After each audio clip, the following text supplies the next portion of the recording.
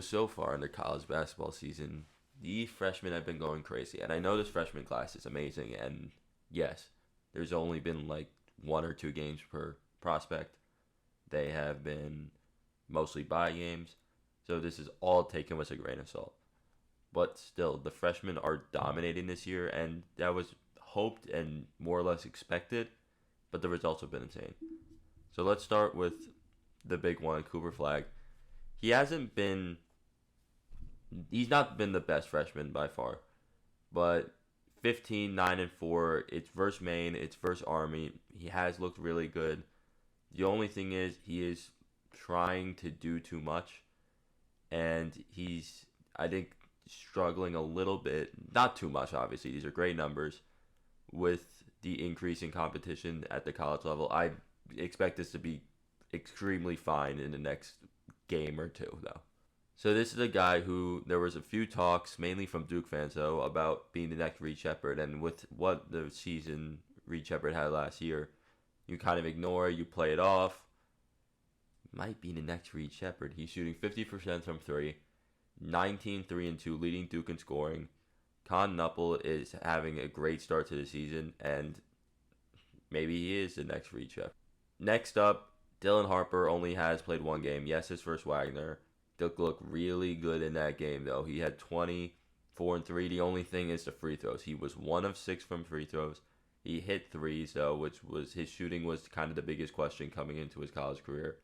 Yes, was it versus Wagner? Yeah, but again, that's going to play into every single one of these guys we're talking about. Everybody has played by games. Now, if you've really been paying attention to stats and everything, you may question VJ Edgecombe's placement here because he is averaging 8 points on 20% from the field. Still, this is not about his stats. This is not about the numbers he put up. It's just he can fly. The dunk highlights already in within 2 games are insane, or I guess 3 games if you even count their exhibition game.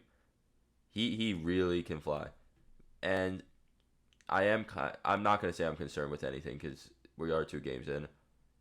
But I thought he would adjust the best and he would have the best start of any freshman just based off what he did in the Olympic trials. He was he was the best scorer on the team was Buddy Hield and DeAndre Ayton as a 19-year-old. So I thought there would be a quicker adjustment. We haven't seen it so far. I expect to see it soon though. Now Floyd Badunga is doing all of this. These are great numbers, but he's doing it off the bench because he is playing behind Hunter Dickinson. That is expected with also with Kansas roster, but he is playing incredible. Now he has a lot of talent around him. In that UNC game, he also played great. So he's one of the few guys who we have seen against real competition, and he played great against that.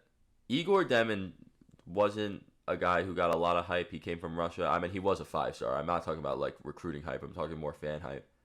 Goes to BYU, and he has balled out so far. 19, 9 assists. Guy could end up being the biggest riser in the draft board. He was already projected to be more a late lottery pick, maybe a little beyond that. Guy can rise in to have top 10 hype though.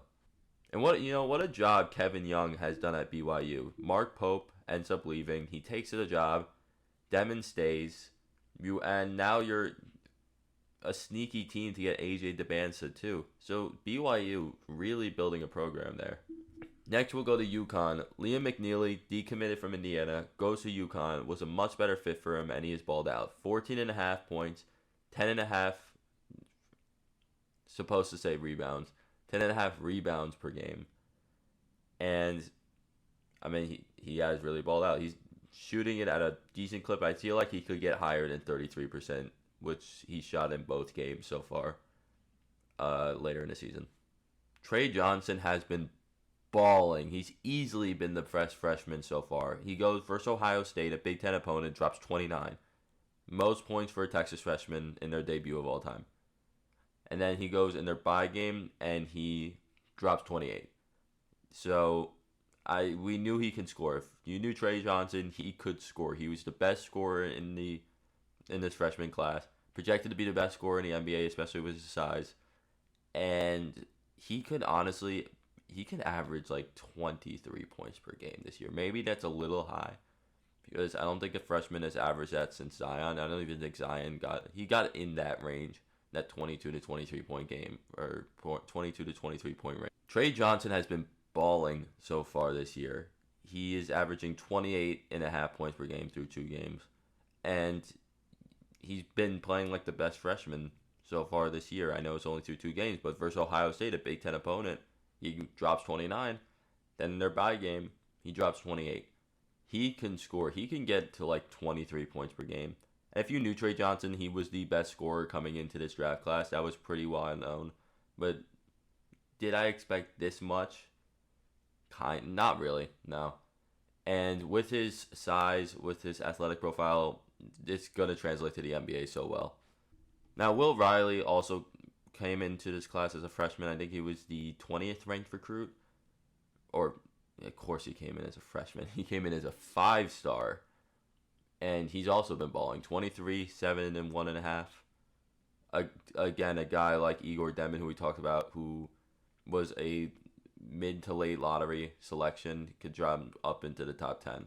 Now, Robert Hinton may not be a guy who's going to be an NBA guy, but what are Harvard feeding these freshman guards? They had Malik Mack last year, who averaged, 17 a game. He ends up transferring to Georgetown. Robert Hinton, in 2 games, drops 27 and then 26. Harvard can produce guards. It's for an Ivy League school, especially. They can really produce guards. Does Robert Hinton go to the NBA after this year?